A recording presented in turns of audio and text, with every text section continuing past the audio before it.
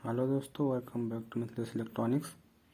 आज की इस वीडियो में हम कैपेसिटर के बारे में बताएंगे। कैपेसिटर क्या होता है, इसका यूज कहाँ हम लोग करते हैं और इसका सिंबल कैसा होता है, और ज़्यादातर इलेक्ट्रॉनिक्स इंडस्ट्री में कैपेसिटर जो यूज किए जाते हैं वो कौन कौन से कैपेसिटर ज़्यादातर यूज किए जाते हैं। तो दोस्तों, सबसे पहले हम कैपेसिटर के बारे में बात करें तो कैपेसिटर क्या होता है। तो कैपेसिटर दोस्तों एक प्रकार का इलेक्ट्रॉनिक पैसिव डिवाइस कंपोनेंट होता है जो इलेक्ट्रिकल एनर्जी को स्टोर करने के लिए हम लोग यूज करते हैं और ज़रूरत पड़ने पे वो एनर्जी हमें प्रोवाइड कराता है। तो दोस्तों जो कैपेसिटर होता है वो कुछ ऐसा होता है कि मतलब उसमें दो मेटेलिक प्लेट होते हैं और उनके बीच में हम लोग डाइलेक्ट्रिक मटेरियल के रूप में जैसे पेपर या एयर के रूप में कुछ भी यूज कर सकते हैं डाइलेक्ट्रिक मटेरियल के रूप में। और इस मेटेलिक प्लेट को हम लोग अगर उसको पास में ले आते हैं तो उनका कैपेसिटेंस जो है घटता है। और अगर उनका जो एरिया होता है प्लेट का, जो उनका जैसे इस तरह से अगर देखा जाए, जो इनका ये एरिया होता है, ये अगर इनको हम बढ़ाते हैं, एक दूसरे का जो आपस में एरिया मतलब होता है उनको अगर हम बढ़ाते हैं तो उसका कैपेसिटेंस बढ़ता है। और अगर इनके बीच की दूरी हम लोग कम करते हैं, जैसे ये है, इसके बीच की अगर हम लोग दूरी कम करते हैं तो ये इसमें कैपेसिटेंस कम होता है। और अगर इनके हम बीच की जो प्लेटें होती हैं, अगर इसके एरिया को बढ़ाते हैं तो इनका कैपेसिटेंस बढ़ता है। तो दोस्तों इस तरह से एक मेटेलिक प्लेट होता है दो, और उनके बीच में हम लोग डाइलेक्ट्रिक मटेरियल इस तरह से भरते हैं और उसके बाद उनको दो प्लेटों के बीच में रख के उनको बनाते हैं कैपेसिटर को। और इसमें उसके बाद लीड निकाल देते हैं दो, और ये कैपेसिटर आपका तैयार हो गया। दोस्तों यहाँ पे आपको एक फार्मूला दिख रहा होगा, C बराबर E/E/D। यानी इसका मतलब क्या हुआ, अगर कैपेसिटर को हम इस तरह से इस फार्मूले पे अगर देखें तो जैसे उसमें ये इसका है, ये प्लेट की एरिया है और D जो है वो प्लेट के बीचों की दूरी है। तो दोस्तों इस अगर देखें हम तो ये इसमें दिया हुआ है C बराबर E/E। ये जो है E/E दोस्तों होता है ये डाइलेक्ट्रिक का परमिटिविटी होता है कि कितना वो मतलब चार्ज स्टोर कर सकता है अपने अंदर। तो दोस्तों ये है, ये बराबर होता है कि जैसे जो प्लेटों का जो एरिया है उसको हम लोग ये बोलते हैं, और जो डी है वो प्लेटों के बीच की दूरी, हम कितनी दूरी पे उसको रख रहे हैं दोनों प्लेटों को। तो इस हिसाब से देखेंगे अगर उसकी दूरी हम बढ़ाते हैं तो चूँकि ये इसमें डिवाइड कर रहा है तो इसलिए इसकी कैपेसिटेंस कम हो जाएगा। और ये लिखा हुआ तो ये एरिया है, अगर इसको हम बढ़ाते हैं तो इसके प्लेटों के एरिया को अगर हम बढ़ाते हैं तो उसका कैपेसिटेंस बढ़ेगा। तो ये दोस्तों आपका ये XC का फार्मूला होता है कि वो फ्रीक्वेंसी पे कैसा बिहेवियर उसका होता है कैपेसिटर का। तो यहाँ पे दिया हुआ XC बराबर 2πfc होता है। इसका मतलब ये हुआ है कि सॉरी दोस्तों, इसका जो फार्मूला होता है XC बराबर 1/2πfc होता है। तो इसमें अगर हम FC की मतलब अगर F की वैल्यू अगर हम बढ़ाएंगे तो इसका जो XC मतलब इसका जो रिएक्टेंस होगा, कैपेसिटिव रिएक्टेंस जो होता है वो कम होता है। और ये क्या करता है, जो हाई फ्रीक्वेंसी कंपाउंड होते हैं उनको पास कर देता है अपने अंदर से। तो दोस्तों ये है कि अगर फ्रीक्वेंसी इसकी हम बढ़ाते हैं तो ये मतलब एक तरह से इसका रेजिस्टेंस जो रिएक्टिव कैपेसिटिव रिएक्टेंस होता है वो कम हो जाता है। आगे दोस्तों यहाँ पे इसके सिंबल दिए हुए हैं, कैपेसिटर के सिंबल कैसे होते हैं, हम लोग इलेक्ट्रॉनिक्स इंडस्ट्री में कैसे सिंबल यूज करते हैं। तो इस तरह का होता है ये सिंबल। ये आपका वेरिएबल कैपेसिटर है का सिंबल है, और ये आपका फुल राइज कैपेसिटर का सिंबल है। अब हम दोस्तों बात करते हैं कैपेसिटर हमारे कितने तरह के होते हैं। तो मुख्य रूप से दोस्तों हमारे कैपेसिटर दो तरह के होते हैं। नंबर 1 होता है फिक्स्ड कैपेसिटर और नंबर 2 होता है वेरिएबल कैपेसिटर। तो हम पहले पढ़ेंगे फिक्स कैपेसिटर क्या होते हैं। तो दोस्तों फिक्स कैपेसिटर ऐसे कैपेसिटर होते हैं जिनकी वैल्यू जो है सर्किट में फिक्स रहती है, उसको हम अपनी तरफ से मैनुअली घटा या बढ़ा नहीं सकते हैं। तो ये हमारे कैपेसिटर हो गए फिक्स कैपेसिटर। अब दोस्तों हम वेरिएबल कैपेसिटर पे आते हैं। वेरिएबल कैपेसिटर दोस्तों वो कैपेसिटर होते हैं जिनकी वैल्यू हम सर्किट में घटा बढ़ा सकते हैं, अपने हिसाब से उसको ट्यूनिंग कर सकते हैं कि कितना वैल्यू हमको कैपेसिटर चाहिए। अब हम बात करते हैं दोस्तों जो फिक्स कैपेसिटर होते हैं कितने तरह के होते हैं। तो नंबर 1 होता है दोस्तों फिक्स कैपेसिटर दोस्तों भी दो तरह के होते हैं। नंबर एक होता है नॉन पोलराइज्ड, नंबर दो होता है पोलराइज्ड कैपेसिटर। तो नॉन पोलराइज्ड में दोस्तों आपका नंबर एक आता है पॉलिएस्टर कैपेसिटर। दोस्तों पॉलिएस्टर कैपेसिटर वो कैपेसिटर होते हैं जिसमें हम लोग डाइलेक्ट्रिक मटेरियल के रूप में पॉलिएस्टर का यूज करते हैं, और उनका जो वैल्यू होता है वो लगभग 50 वोल्ट से लेके 1500 वोल्ट तक उनकी वैल्यू होती है। और उसका जो कैपेसिटेंस होता है 1 माइक्रोफैरड से लेके 1500 माइक्रोफैरड तक हो सकता है।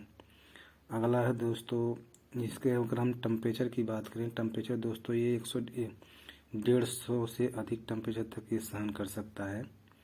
और अगला दोस्तों हमारा है सिरेमिक कैपेसिटर। सिरेमिक कैपेसिटर दोस्तों छोटे छोटे होते हैं और उनका जो वैल्यू होता है थोड़ा कम होता है, कम वैल्यू के होते हैं वो। और इसमें दोस्तों जो सिरेमिक कैपेसिटर होते हैं उनमें हम लोग डायरेक्ट मटेरियल के रूप में सिरेमिक का यूज करते हैं। अगला दोस्तों आपका है माइका कैपेसिटर। माइका कैपेसिटर में दोस्तों हम लोग जो डाइलेक्ट्रिक मटेरियल रहते हैं वो माइका होता है, तो इसलिए इसका नाम भी हम लोग माइका कैपेसिटर रख देते हैं। ये भी दोस्तों एक तरह का पॉलिएस्टर कैपेसिटर की तरह ही होता है। इसकी भी अगर हम कैपेसिटेंस की बात करें तो 1 माइक्रोफैरड से लेकर 1500 माइक्रोफैरड तक इसकी वैल्यू हो सकती है। और इसको हम अगर वोल्टेज की बात करें तो 50 वोल्ट से लेकर 1500 वोल्ट तक ये भी मार्केट में उपलब्ध होते हैं। अगला दोस्तों आपका है जो है पेपर कैपेसिटर, इसको हम बोलते हैं। पेपर कैपेसिटर दोस्तों वही है कि हम इसमें डाइलेक्ट्रिक मटेरियल के रूप में पेपर का यूज करते हैं, और इसलिए इसका नाम हम लोग पेपर कैपेसिटर बोलते हैं। ये भी दोस्तों बहुत छोटे छोटे कैपेसिटर होते हैं जिनकी वैल्यू बहुत कम होती है, जहाँ पे हमें मतलब सिग्नल को जैसे होते हैं, हम पावर नहीं कर सकते, सिग्नल कर सकते हैं। जहाँ पे हमें सिग्नल को स्मूथ करना होता है या फिल्ट्रेशन करना होता है, वहाँ पे हम लोग इसको यूज करते हैं। अगला दोस्तों आपका है फिल्म कैपेसिटर। जो होता है क्या होता है, या इसको हम लोग बॉक्स कैपेसिटर भी बोलते हैं। तो दोस्तों फिल्म या बॉक्स कैपेसिटर भी होता है जो पॉलिएस्टर कैपेसिटर की तरह ही होता है, और वो भी दोस्तों उसको हम लोग एसी लाइन पे लगाते हैं फिल्ट्रेशन के लिए या स्मूथ प्रोटेक्शन के लिए लगाते हैं। ये भी दोस्तों 250 वोल्ट से लेकर 2000 वोल्ट तक मार्केट में उपलब्ध है, और इसकी वैल्यू दोस्तों 1 माइक्रोफैरड से लेके 0.1 माइक्रोफैरड से लेके मार्केट में 15 माइक्रोफैरड तक उपलब्ध होता है, 15 माइक्रोफैरड तक। और ये दोस्तों इसका वर्किंग टेम्परेचर अगर देखें तो 150 टेम्परेचर तक ये काम कर सकता है सही से। अब अगला दोस्तों अगर हम देखें तो आपका वेरिएबल कैपेसिटर होता है। उसके बारे में हमने बता दिया कि इसकी वैल्यू को हम लोग अपने हिसाब से घटा या बढ़ा सकते हैं। इसमें दोस्तों आपका आता है नंबर एक ट्यूनिंग कैपेसिटर होता है। जैसे दोस्तों पहले के जो हम लोग रेडियो यूज करते थे उसमें हम लोग जब फ्रीक्वेंसी को सेट करने के लिए कि किस रेंज में हमको रेडियो को चलाना है, तो उसमें हम लोग यूज करते थे ट्यूनिंग कैपेसिटर को, जिसको हम लोग गैंग कैपेसिटर भी बोलते हैं। इसमें तो सर दोस्तों क्या होता है कि इसमें एक होता है स्पेंडल लगा होता है, उसमें कई पत्ती यहाँ पे आपस में लगी होती हैं, और एक जो होता है स्थिर प्लेट होता है। तो उसी के बीच में दोस्तों हम इसको जब स्पेंडल को घुमाते हैं तो उसके बीच में जो है ये प्लेटें आपस में एक दूसरे के सामने आती हैं, और उसमें एक कैपेसिटेंस जो है इंड्यूस होता है। उसमें दोस्तों हम लोग डाइलेक्ट्रिक मटेरियल के रूप में एयर का यूज करते हैं, तो उसमें डाइलेक्ट्रिक मटेरियल एयर यूज होता है। और वो ज़्यादातर ट्यूनिंग वगैरह कम्युनिकेशन इंडस्ट्री में इसको हम लोग यूज करते हैं, जहाँ पे हम लोग कम्युनिकेशन वगैरह करवाते हैं। इलेक्ट्रॉनिक्स कम्युनिकेशन इंजीनियरिंग में इसको हम लोग ज़्यादा यूज करते हैं। ट्यूनिंग वेरिएबल कैपेसिटर जो होते हैं, जैसे फ्रीक्वेंसी वगैरह को ट्यून करने के लिए हम लोग इसको यूज करते हैं। दोस्तों कि इसको हम लोग यूज कहाँ कहाँ करते हैं कैपेसिटर को, तो दोस्तों नंबर एक इसको हम लोग फिल्ट्रेशन में यूज करते हैं। जैसे मान लीजिए हमने कोई पावर जो हमने रेक्टिफाई किया, तो उसका पावर जो है जो सिग्नल आपको इस तरह से वेव फॉर्म दिखता है, इस तरह से दिखता है। तो दोस्तों इसमें भी हम देख रहे हैं एक तरह से मतलब वोल्टेज का फ्लक्चुएशन है इसमें भी टाइम के अकॉर्डिंग वोल्टेज में हल्का हल्का फ्लक्चुएशन हो रहा है। तो हम लोग इसमें क्या करते हैं, कैपेसिटर को सर्किट में ऐसे पैरेलली हम लोग कनेक्ट कर देते हैं, ये उसके बाद इसका जो इसका हम लोग वेव फॉर्म उसके बाद देखते हैं, इसको फिल्टर करके वो क्या करता है, रिपल को इस तरह से इस तरह से हो जाता है। इसका जो इसका वेव फॉर्म बनता है फिर इस तरह से बनता है। कैपेसिटर लगाने के बाद इसको फिल्टर हो जाता है ये। और दोस्तों अगर इसको हम लोग प्रोटेक्शन में भी यूज करते हैं, जैसे इसमें दिया हुआ प्रोटेक्शन में इसको हम यूज़ करते हैं। जैसे एसी कैपेसिटर हमने बताया, एसी लाइन पर लगाते हैं हम लोग। एसी लाइन में दोस्तों हम लोग इसको लगाते हैं। और जब हाई वोल्टेज सर्ज इस पे आती है कुछ टाइम के लिए, जैसे ऐसे मान लीजिए है ये हाई वोल्टेज सर्ज इस तरह आती है, तो इसको हम लोग रिमूव करने के लिए, ताकि आगे ये सर्किट में जाके नॉइज़ वगैरह या किसी कंपाउंड को डिफेक्ट ना करे, इसको रिमूव करने के लिए हम लोग एसी कैपेसिटर यूज करते हैं लाइन में। जैसे आपका हो गया पॉलिस्टर कैपेसिटर हो गया, या माइका कैपेसिटर हो गया, या आपका फिल्म बॉक्स कैपेसिटर हो गया। इसको हम दोस्तों आपको दिखाएंगे सर्किट में किस तरह से लगा होता है इनपुट में प्रोटेक्शन के लिए। सारे कंपाउंड के बारे में हम आपको दिखाएंगे किस तरह से सर्किट में लगे होते हैं। दोस्तों अगर इसके यूनिट की बात करें कि कैपेसिटर का यूनिट क्या होता है, तो इसमें हम दोस्तों इसकी यूनिट फैरेड में होता है। फैरेड बहुत बड़ी मतलब क्वांटिटी होती है, यूनिट होती है। तो हम लोग दोस्तों ज़्यादातर कैपेसिटर को माइक्रो फैरेड में या नैनो फैरेड में या पिको फैरेड में हम लोग इसको ज़्यादातर यूज करते हैं। दोस्तों यहाँ पे मैंने छोड़ दिया था पोलराइज कैपेसिटर के बारे में नहीं बताया था, तो अभी मैं बता देता हूँ। दोस्तों पोलराइज कैपेसिटर ऐसे कैपेसिटर होते हैं जिनमें दोस्तों पोलैरिटी होती है, जैसे पॉजिटिव और निगेटिव पोलैरिटी होती है उनके प्लेटों के बीच में, कि ये पॉजिटिव प्लेट है और ये निगेटिव प्लेट है। तो इस तरह से ये, इसीलिए इसको हम लोग पोलराइज कैपेसिटर बोलते हैं। तो दोस्तों पोलराइज कैपेसिटर में हम लोग दो तरह की कैपेसिटर यूज करते हैं। नंबर 1 होता है आपका इलेक्ट्रोलाइटिक कैपेसिटर। इसमें दोस्तों 2 प्लेटें होती हैं और इनके प्लेटों में एक पॉजिटिव और एक निगेटिव प्लेट होती है, और बीच में इसमें डायरेक्टिव मटेरियल भरा होता है। और दूसरा जो होता है दोस्तों टेंटुलम कैपेसिटर होते हैं। टेंटुलम कैपेसिटर ये एसएमडी टाइप में होते हैं, सरफेस माउंट डिवाइस के रूप में होते हैं ये।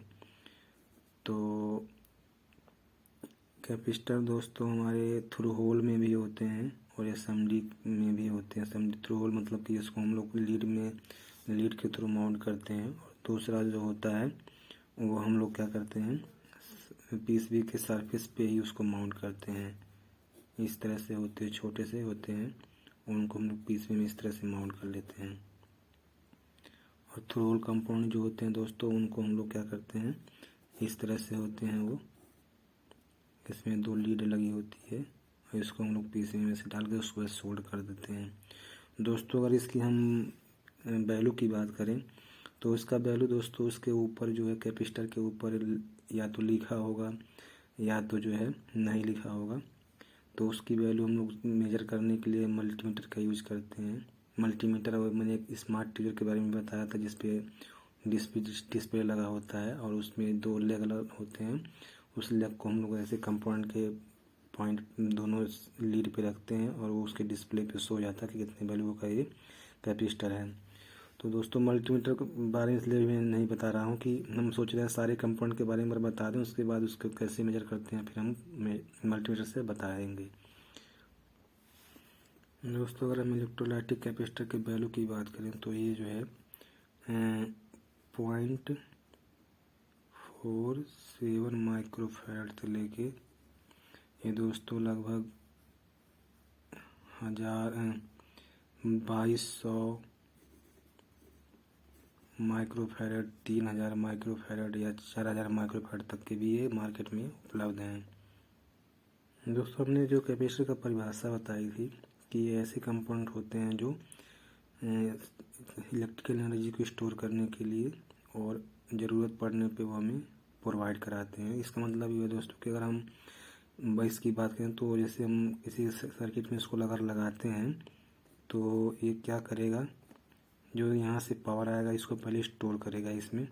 और जब मान लीजिए इसकी चूँकि फ्रीक्वेंसी एसएमपीएस वगैरह में ज़्यादा होती है, तो जब ये मतलब हाई वोल्टेज होता है तो यहाँ पे आके चार्ज होता है ये, और जैसे फिर ये मतलब निगेटिव पीक में आती है तब ये क्या करता है, आगे सर्किट को जो एनर्जी स्टोर किया जाता है उसको प्रोवाइड कराता है उस टाइम, उस ड्यूरेशन में।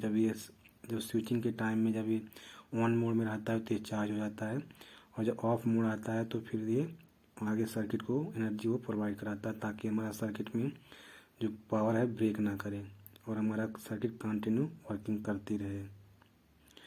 तो दोस्तों मैं आज की वीडियो में बस इतना ही, और आज का वीडियो मैं यहीं पे समाप्त करता हूँ। अगर वीडियो अच्छी लगी है तो उसको लाइक करिए और चैनल को सब्सक्राइब कर लीजिए। Thanks for watching.